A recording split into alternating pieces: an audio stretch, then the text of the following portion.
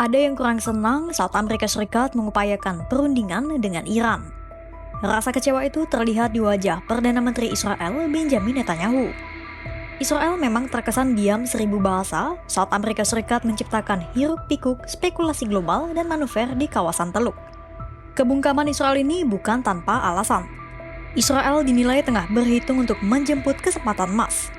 BBC menyebut harapannya Israel adalah rezim Ayatollah Ali Khamenei bisa digulingkan. Bagi Israel, itu adalah satu-satunya cara meredam ancaman rudal, nuklir, dan proksi Iran. Ketiga kekuatan itu dianggap Israel sebagai senjata dan aliansi berbahaya yang mengapungnya sejak revolusi Iran 1979. Sejak pecah kongsi dengan Israel, kekuatan proksi Iran dinilai berhasil membajak sembari sedikit memodifikasi doktrin lawas Israel, yakni doktrin periferi, doktrin jaring sekutu untuk melemahkan musuh.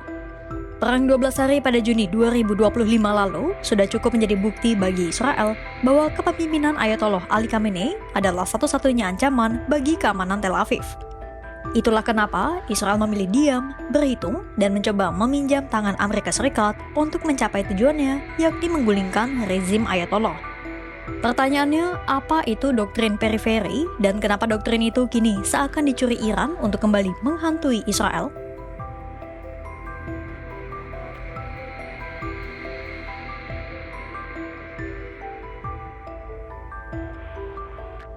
Memahami konflik Israel dan Iran hari ini mengharuskan kita kembali ke dekade 1950-an. Waktu itu Israel adalah negara muda yang terkepung.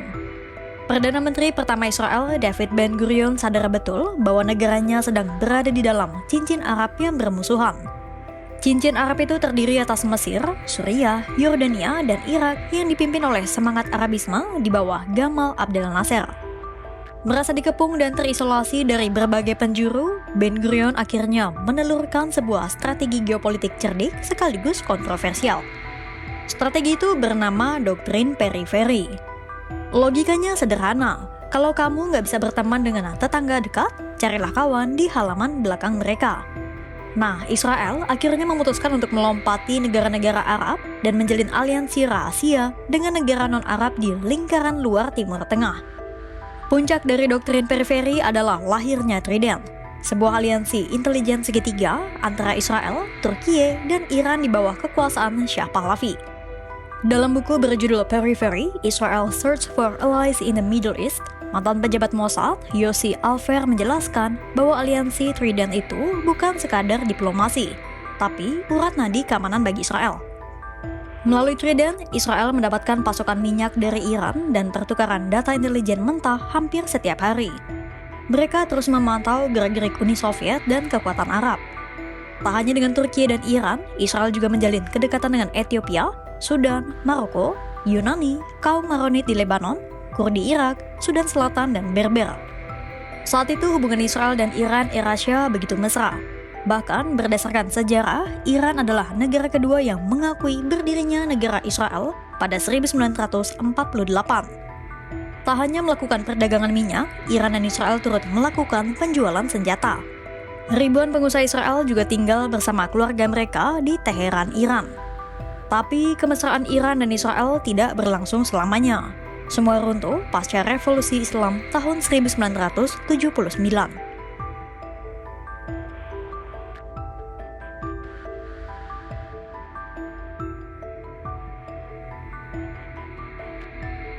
Sejarah punya cara yang ironis untuk membalikan keadaan.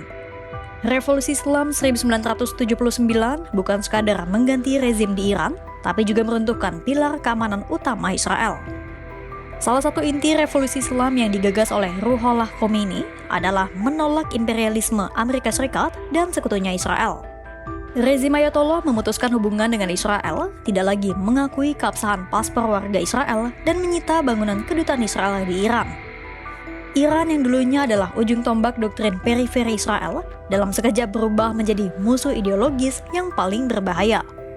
Sikap permusuhan Iran terhadap Israel pun bukan tanpa alasan, karena pada saat itu Israel juga telah melancarkan kekerasan terhadap Palestina.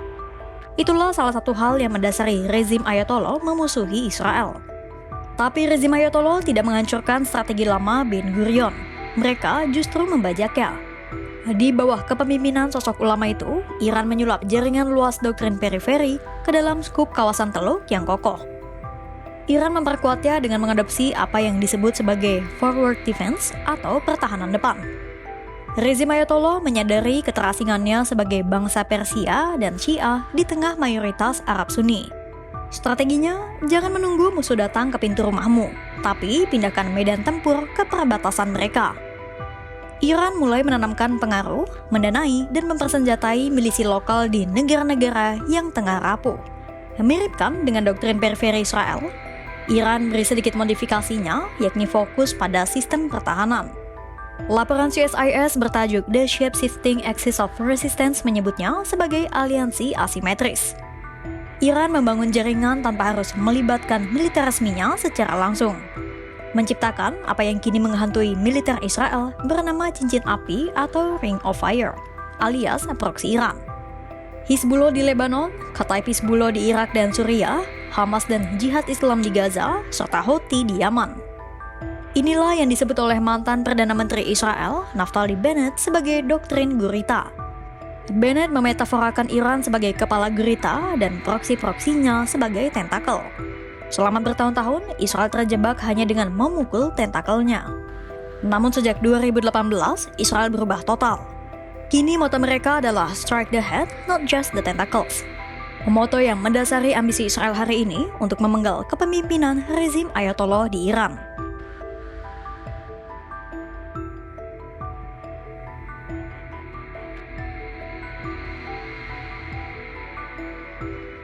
Strategi cincin api Iran bukan sekadar ancaman di atas kertas bagi Israel.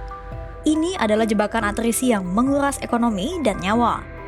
Rudal dan proksi Iran yang mampu ditelurkan dengan cepat membuat Israel tetap kepanasan di kawasan Teluk. Karenanya, saat Amerika Serikat mendekat, Israel menaruh harapan besar rezim Khamenei harus diruntuhkan. The Economist menyebut ada 3 alasan Israel jadi target utama Iran.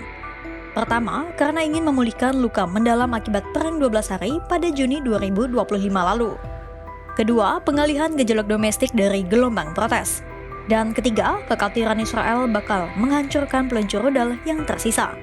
Untuk alasan ketiga, Israel memilih memakai tangan Amerika. Itulah kenapa pada Desember 2025 lalu, Netanyahu mendatangi Trump di Florida untuk mengadu dan menyampaikan kekhawatirannya akan cepatnya produksi rudal Iran.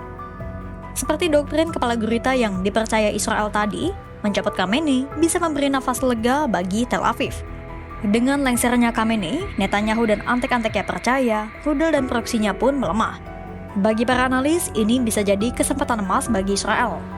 Tapi awal Februari 2026, Trump menolak perang, apalagi meruntuhkan rezim Khamenei. Trump lebih memilih meja perundingan dengan Iran.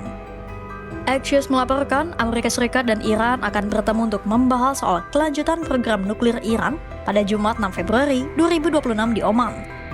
Dan impian Israel yang katanya emas itu bisa berubah jadi gigit jari jika kesepakatan Amerika Serikat dan Iran tercapai tanpa penggantian rezim Ayatollah Ali Khamenei.